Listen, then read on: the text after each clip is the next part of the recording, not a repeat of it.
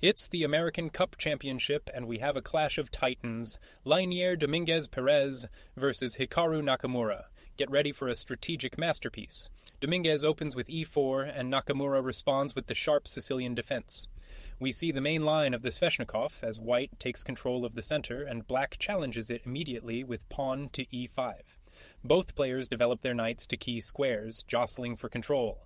White's knight lands on c4, putting pressure on black's position, while Nakamura prepares to challenge it with his rook to b8. And Dominguez uncorks a brilliant sacrifice. Knight slams into d5, giving up a piece to blow open the center. The idea is to create lasting positional pressure. Watch this. White will push the pawn to b5, the knight will reroute to e3, black's knight moves to f6, and the bishop comes to d3, cementing white's advantage. Nakamura has no choice but to accept the sacrifice, taking on d5. White recaptures with the pawn, and the players quickly reposition their pieces for the next phase of the battle. The fight for space continues. Black pushes the b-pawn, white's knight finds the excellent e3 square, and pawns are traded on the queen side. The position is electric, and Nakamura's pawn takes back on b5. An excellent move, and in fact, the only one to keep the balance. Here's why this was so precise.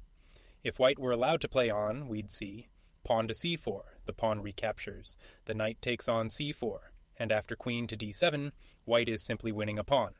The kings finally find safety as both sides castle.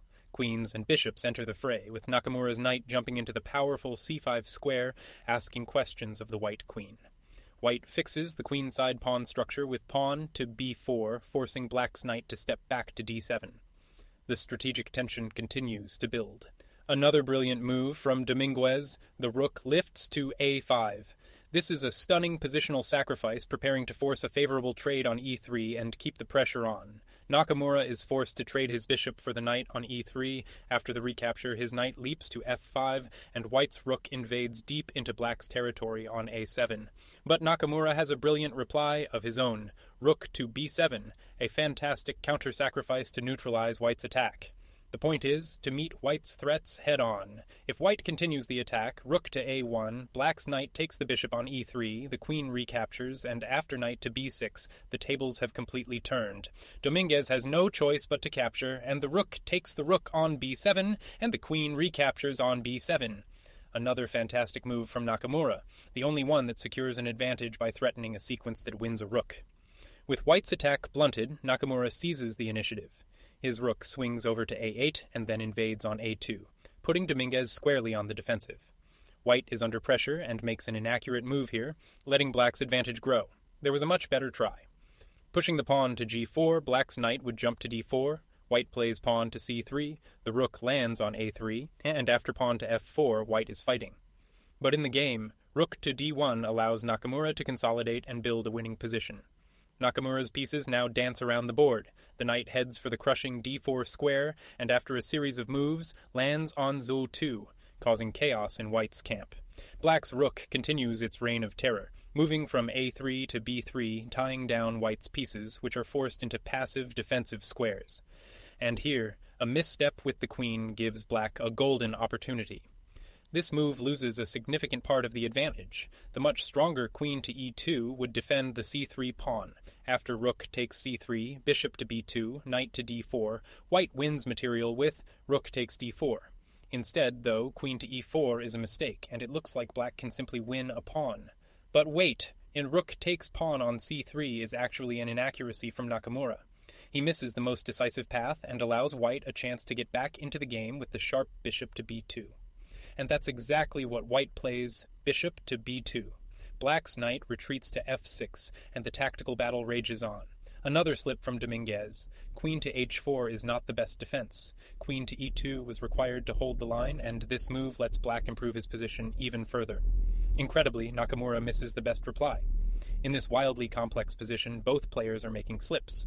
The strongest move was rook to c8, then after bishop to c1, knight to g8, bishop to b2, and pawn to h5. Black is completely dominating, but back in the game, rook to b3 is played, and this lets white find an amazing defensive resource. And here it is, bishop to c1. An absolutely fantastic move from Dominguez, the only one that holds the position together and keeps him in the game. Both sides maneuver in the thick of it. White's queen probes for weaknesses, but black's knight returns to the monster d4 square. re-establishing a powerful presence. The knight leaps to f3 with check. After the king steps aside, queens are repositioned and black pushes the e-pawn forward while white's queen snaps up a pawn on b5. But here Nakamura makes an inaccurate queen move, letting a huge part of his advantage slip away. The best move was the brilliant exchange sacrifice rook takes bishop on e3. After the pawn recaptures, knight to h6, bishop to f1, and knight to g4, black's attack is overwhelming. But after the move in the game, queen to b2, white suddenly has a real chance to equalize. But Dominguez misses it. Queen to a6 is not the move. Bishop to f4 would have caused serious problems, but now the advantage swings decisively back to Nakamura. Nakamura regroups his forces, pushing the h-pawn to prepare the final assault. White's king shuffles over to f1, trying to find a safe haven. And here it is, the final, fatal blunder. This move loses on the spot. The only try was bishop to f4, after queen to f5, king to g2, knight takes d5, and bishop takes d6. White is still fighting. But instead, the king steps to g2, walking right into a devastating tactical combination. Rook takes bishop on e3, a thunderous sacrifice that completely shatters white's position and wins the game. Here's the crushing follow-up. If rook to c1, rook to b3, queen to c4, and rook to b2 wins a piece in the game. White is forced to recapture with the pawn, and Nakamura follows up with the brilliant pawn push to h4. The only move that continues the winning attack, tearing open the light squares around the king. White is lost, but capturing this pawn ends the game immediately. The only way to prolong was king to f1. After queen takes g3, bishop takes f3, pawn takes f3, and rook to d2, the game would continue, but white is lost. But in the game, pawn takes pawn on h4, and this allows a forced mate in2.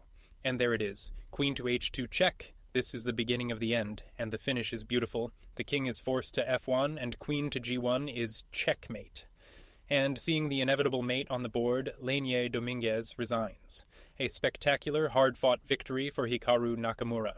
Here is the final sequence that forced the resignation. The king is forced over to f1, and queen to g1 delivers checkmate.